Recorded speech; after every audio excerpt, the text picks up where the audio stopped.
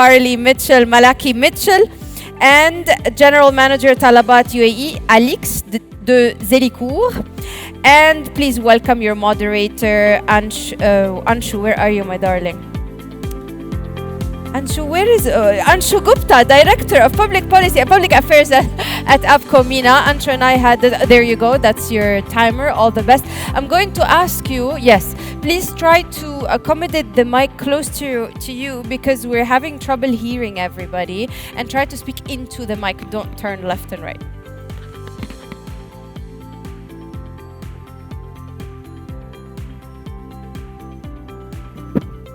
Yeah, nice. There we go. It's fine. Thank you, Jesse, for the nice introductions.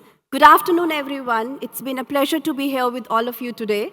And a big thank you to Food and Beverage Manufacturing Group for creating this amazing platform and bringing us all together. So around the world, the food and beverage ecosystem is undergoing profound transformation. So from plant-based innovations to AI-driven supply chain in Asia, the young entrepreneurs are actually redefining how we produce, consume, and experience the food. As the global challenges in climate change and food insecurity are intensifying, startups are stepping up with scalable, sustainable, and innovative solutions. And here in the UAE, this transformation is even more exciting. The UAE has strengthened its position as a global hub for innovation and entrepreneurship, and the food and beverage ecosystem here is thriving. Driven by young, digital savvy, and a strong appetite for forward-thinking ideas, UAE is leading the way in shaping the future of food and beverage sector, not just regionally, but globally. The energy, ambition, and vision here are unmatched. So in this context today, we will delve into this incredible space of entrepreneurship and startups. And I'm thrilled to share the stage with our panel of experts here today who are driving this transformation. So as we all are aware that UAE has become the magnet for food and beverage innovation. So Kenneth, in your view, what makes this ecosystem so attractive to the entrepreneurs today? Yeah, thank you, Anshu, for putting me under the spotlight first. Also, thank you to the UAE Food and Beverage Forum for giving us this opportunity to be at least some inspiration to the young entrepreneurs. As everyone is aware, UAE is the home of more than 200 or nearly 200 nationalities. But what's more important, 50% of them are young. Also, we've seen a reasonably high population growth. We're seeing a population which has higher disposable income, so obviously there's room to spend. We're also seeing a population which has a digital penetration of 99%. And what's even more surprising, that at an average, they're spending close to 9 hours every day on the internet, nearly 3 hours on social media. And with this kind of a background or this kind of a demand parameters, it is only natural that there is a huge amount of opportunity that's getting created. And the fact that the UAE is like a test market for the region around, because of the sheer fact that you've got nationalities which have critical mass, whether they are expat Arabs, whether they're local Arabs, whether they are Western expats, or anyone. And the fact that if your product is able to succeed, you can reach out to nearly 3 continents, 400 cities, in a span of 6 to 8 hours, becomes an excellent magnet and an inspiration for any young entrepreneur to try his skills or his passion here.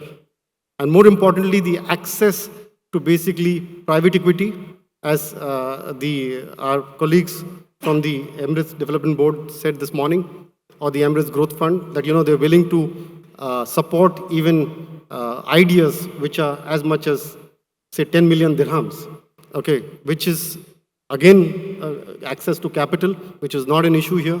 So when you have all the ecosystem surrounding you, which is supporting you, so it's only too natural that young entrepreneurs see this as a good opportunity or a good test bed to try out and invest their passion and their money to create a business opportunity. Thank you so much, Kenneth. Alex, would you like to share your views on how this ecosystem is so attractive for the entrepreneurs today? Sure. So, if I were to start my own business today, I would look at several things. One, I would look at a growing market. I want to have customers, right? Then I would look for an environment that is stable, that has a solid legal framework, and an environment in which I can find funding. On top of that, my key indicator would be how quickly do I find my product market fit. And the very good thing in the UAE is that, as Kenneth mentioned, you have about 200 nationalities. Where I come from in France, winning the French market is not enough. It's not because I win the French market that I win the German market or the Italian market. However, here, if you win with 200 nationalities, then you go. You have the GCC, and then you have the rest of the world. So to me, it's a fantastic playground to come and try something new, because if you succeed here, it's a good indicator for the future. Thank you so much, Alex. So what we have heard about how this ecosystem is attractive, not only that, there is a diverse population, there is a young population, but also there are a lot of enabling policies from the government, which is actually making the business environment very conducive for the entrepreneurs today. So big retailers and food platforms are natural launchpads for startups. So how can companies like Spinneys and Talabat nurture and create more win-win partnerships with young innovators? Tom, would you like to share a few insights on this? Yeah, firstly, good afternoon, everybody. Thank you very much for staying on. I know everything's running a little bit behind. For Spinneys, we've actually been doing this for, we're now in our 6th year of the Spinneys Local Business Incubator Program, which was specifically set up to help small and even micro businesses to get access to the opportunity to get a foothold in retail and have an opportunity, a low-cost opportunity to start to build their brand. We've now been able to launch over almost 40 companies into our stores and help them to launch not only within the UAE, but actually across the region, and even across Europe and into the States as they've started to really build their businesses. So this has been a hugely important part of what we do. And in terms of how we're supporting the young, well, the youngest applicant we've had, the youngest person who's come to the sort of the Shark Tank stage to pitch was 4 years old. So we're really focused on that. That's amazing. We've actually now extended it on, so as well as what we're doing for genuine entrepreneurial businesses, we're trying to drive this through creating a spirit of entrepreneurship within schools. Through our Farm to Table program, we've engaged now with 100,000 school students in the UAE on the importance of food, and we've extended that program out to now do a young version of the local business incubator program in partnership with Trucity. That's culminated earlier this year in 5 14-year-old or 12 and 14-year-old school children successfully pitching and winning, first of all of them an internship within Spinneys, but the one overall winner will actually be getting their product launched into Spinneys stores early next year. Thank you so much. So Alex, you have Talabat Mart. So how are you supporting and creating the win-win partnerships for the startups? Talabat was a startup not that long ago, and Talabat Mart has been 4 or 5 years in the country, so we still have in our DNA some things that we can help founders with. We understand the need to be fast, to be agile, to scale, and so it happens quite often, actually, that we meet with startups and think about different questions. One question is a go-to-market. How do I go about selling my product? Should I go in physical retail? Should I go online? And the good thing with Talabat Mart is that we have dark stores. And essentially, when we discuss with entrepreneurs, we can start with one, pilot it, and then scale in the whole country. We're also really good with understanding what works in terms of ads, in terms of how you play on the app with the banners and stuff. So we can try and guide them into going for the right category, the right moment on the app. And I think this knowledge is key to their fast development and also fast pivot if they need to. Thank you. So, Tom, from the corporate perspective, what do you think? Because you mentioned right now like how you are supporting these startups. So, from your perspective, what are the biggest challenges when collaborating with startups, whether related to speed, scalability, or compliance? And how can both startups and established players like yourselves can work together to overcome these challenges? I think the biggest challenge we've probably faced overall has certainly been more in the compliance and the regulatory perspective. So whilst it's been fairly straightforward for us, we've often found a lot of the manufacturers, the entrepreneurs, haven't necessarily understood what's required to actually scale up their business and go from something that can be very cottage industry into something where they need to have professional manufacturing facilities, and what are the different trade licenses. So that's been quite a challenge. It was a little bit of an education for us as well at the start, but actually as we've learned, we've been able to provide and continue to give much more focus and much more support and investment into giving that guidance, and that's really helped us to move things on. What we've also found, though, and I think this goes to some of the points Kenneth's already made, is this is a country that is, is founded by many entrepreneurs, by people who are visionary, by a lot of family businesses, and there is very much a can-do attitude, and that spreads across government as well. And we found actually as the program's built that we've had a lot of government recognition from it, that actually government's been willing to engage with us and become far more supportive and far more open-minded to giving some of the entrepreneurs we're working with the opportunity to try things and be a little bit, more relaxed in terms of some of the regulations to get them going, and then have the chance to become fully compliant a little bit down the line. So I think the partnership and the mentorship goes hand in hand. Absolutely. In order to help them overcome these challenges.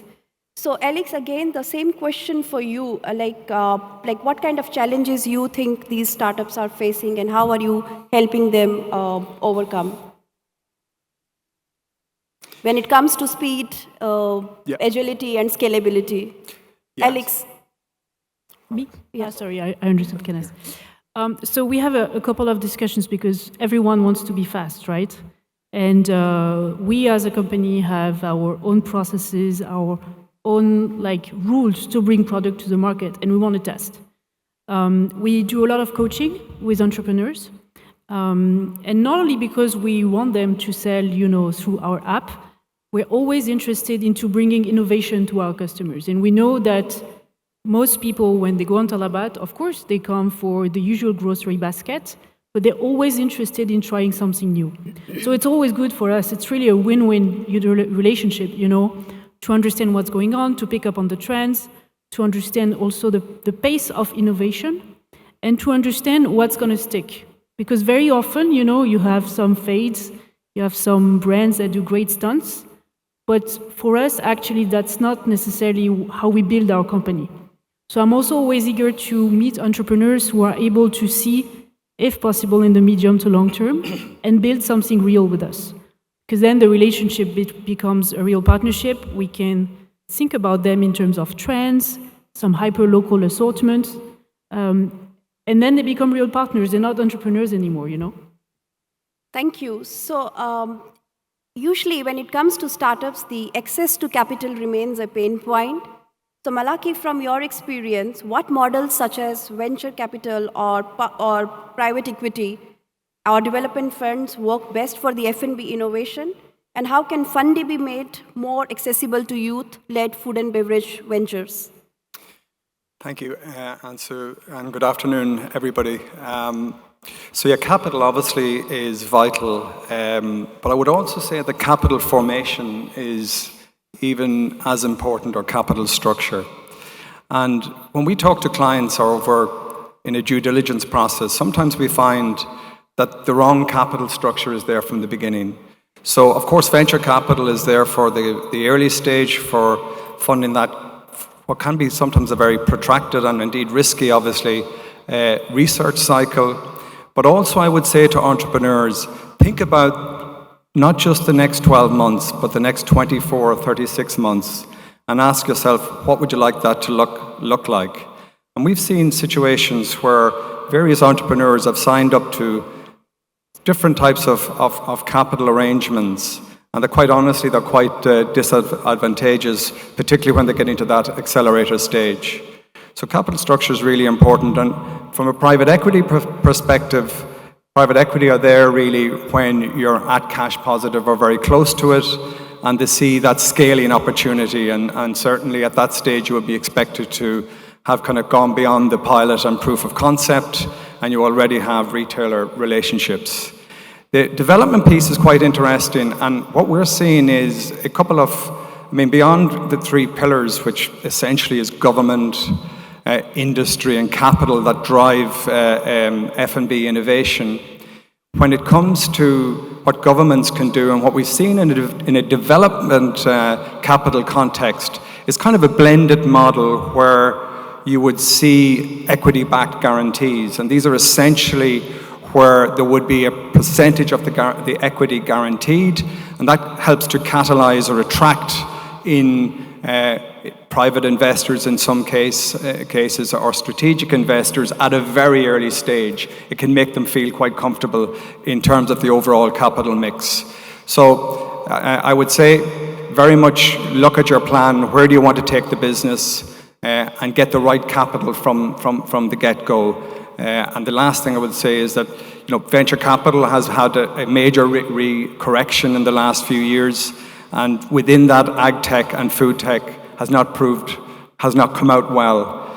But I think we're at a time of great change, and a lot of those funds are back now in the market, albeit with smaller maybe amounts to invest. But the need for this sector and the need for this innovation is more than ever.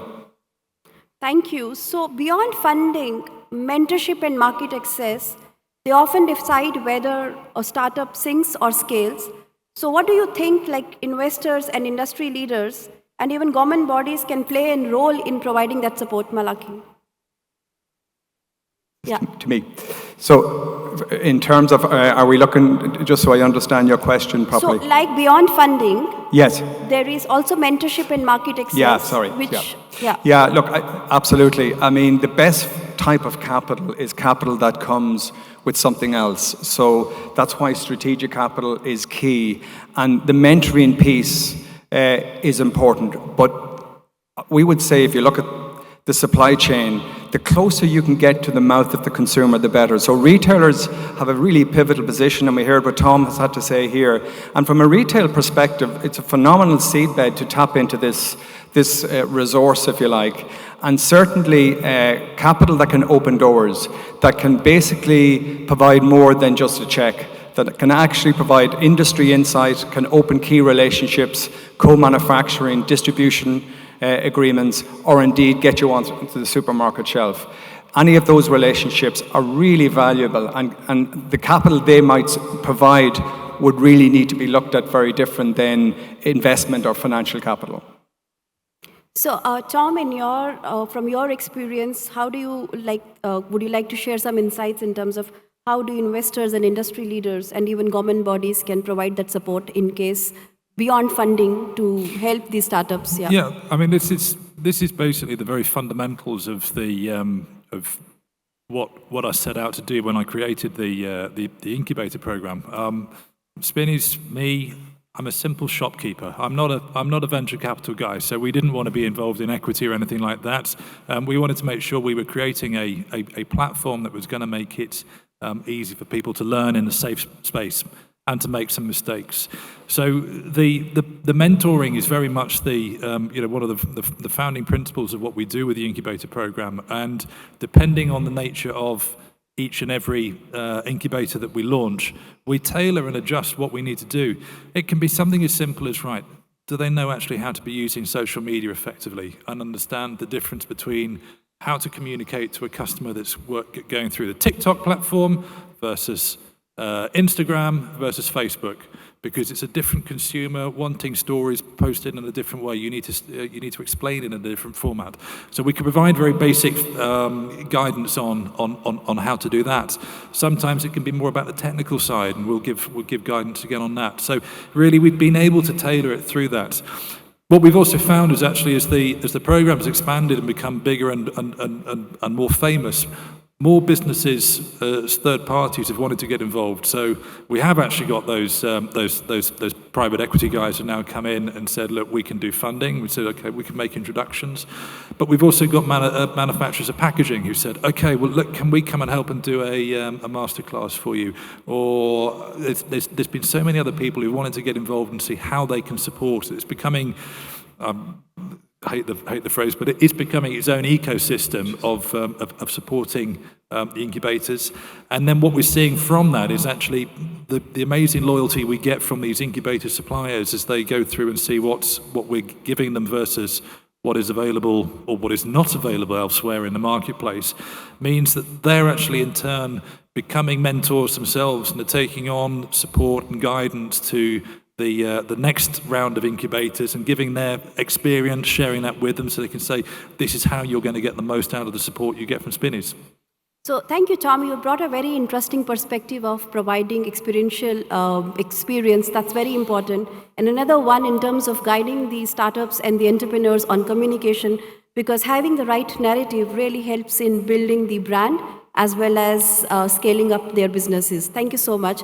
So Alex, from your point of view, any insights you would like to share that how corporates like yours can provide support to the startups beyond funding?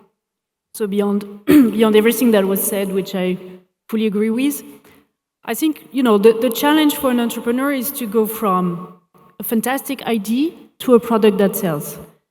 And my belief is that with online commerce, platforms like Talabat, you can actually A/B test all day long.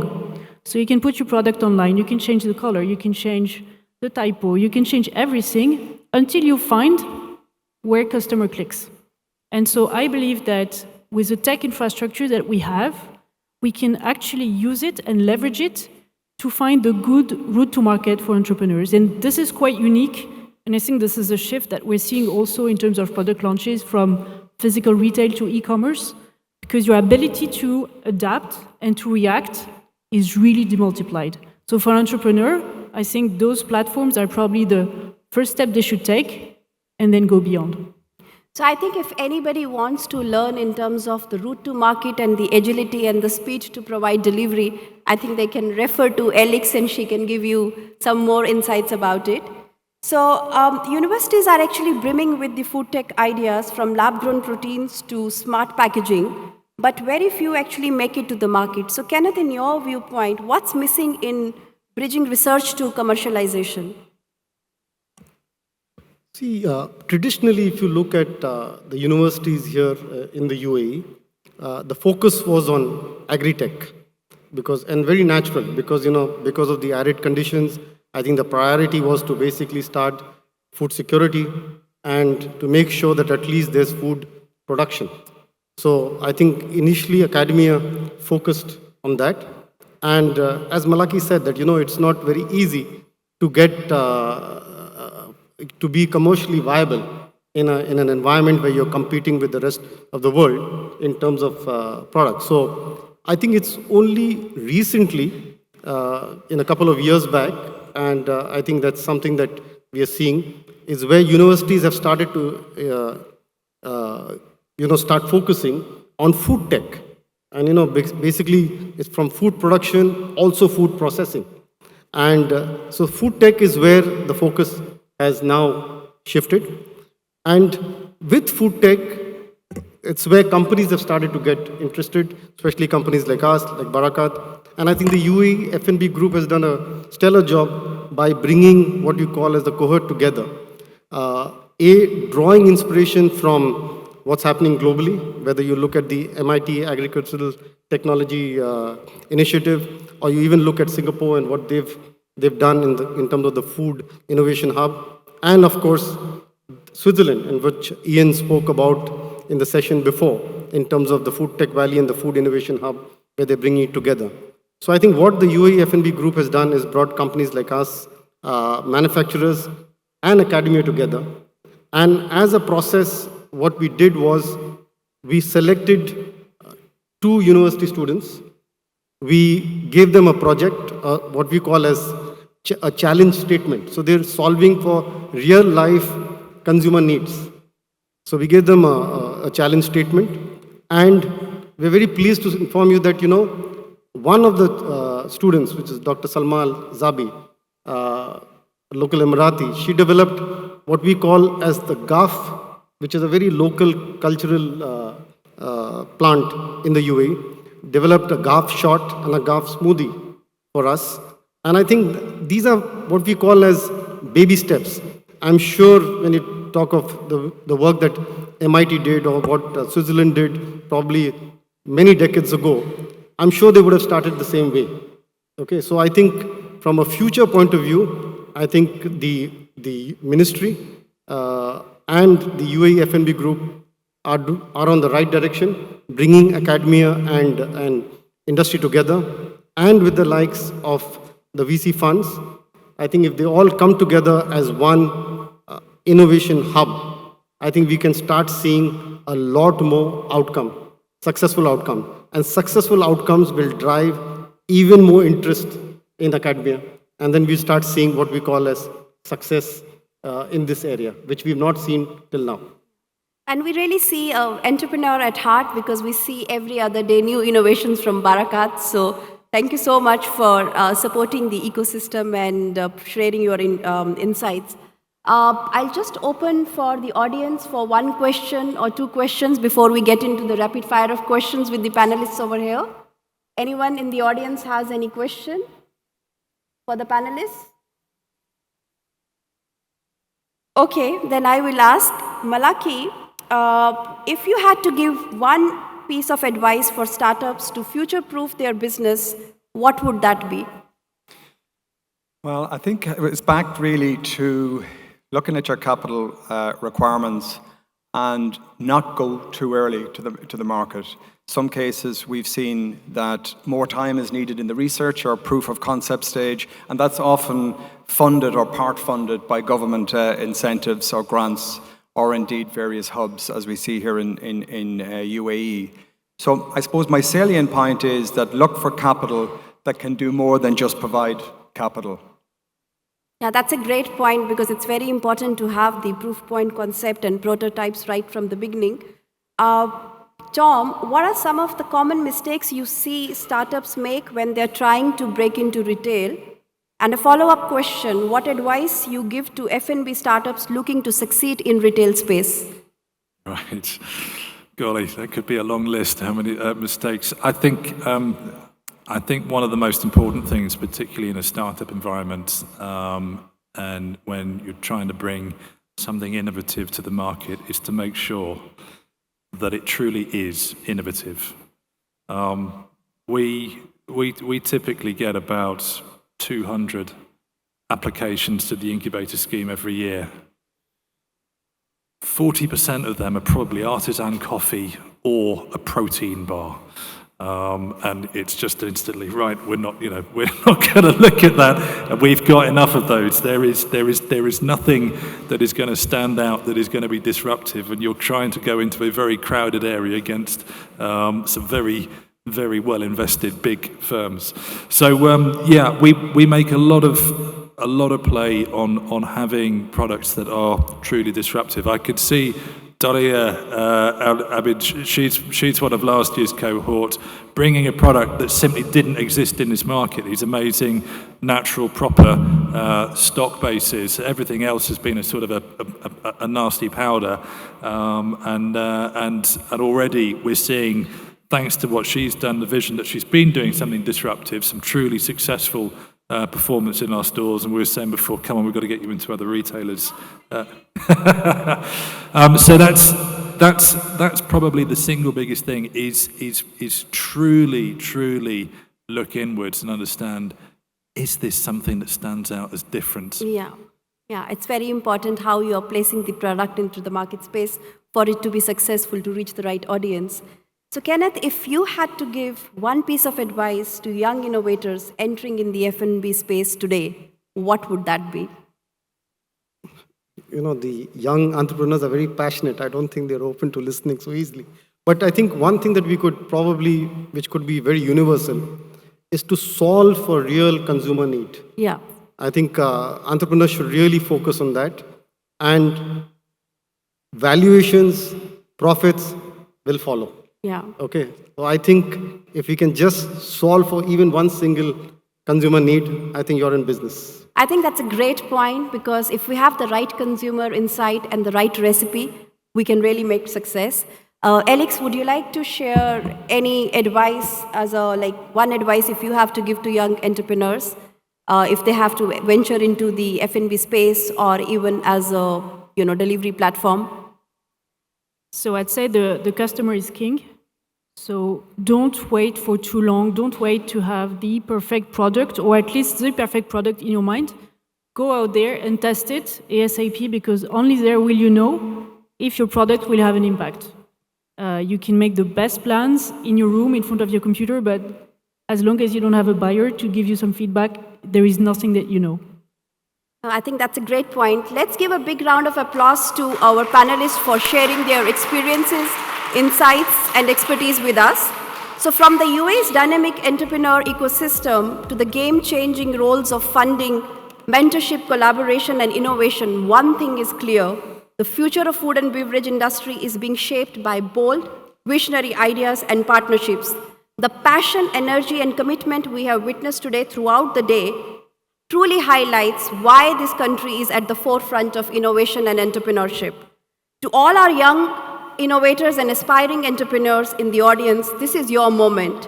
The ecosystem is really rallying behind you through funding, mentorship, and partnerships. So take that leap, dream big, push boundaries, and embrace collaboration to unleash your full potential into exciting opportunities. So let's all continue working together to innovate, connect, and share ideas by creating a space that inspires, empowers, and nurtures the next generation of innovators. So with that, we close this session. And before going, can we have one more round of applause for our panelists and the amazing audience who chose to stay with us till the end of the day. Thank you so much, everyone. Have a good rest of the day. Thank you.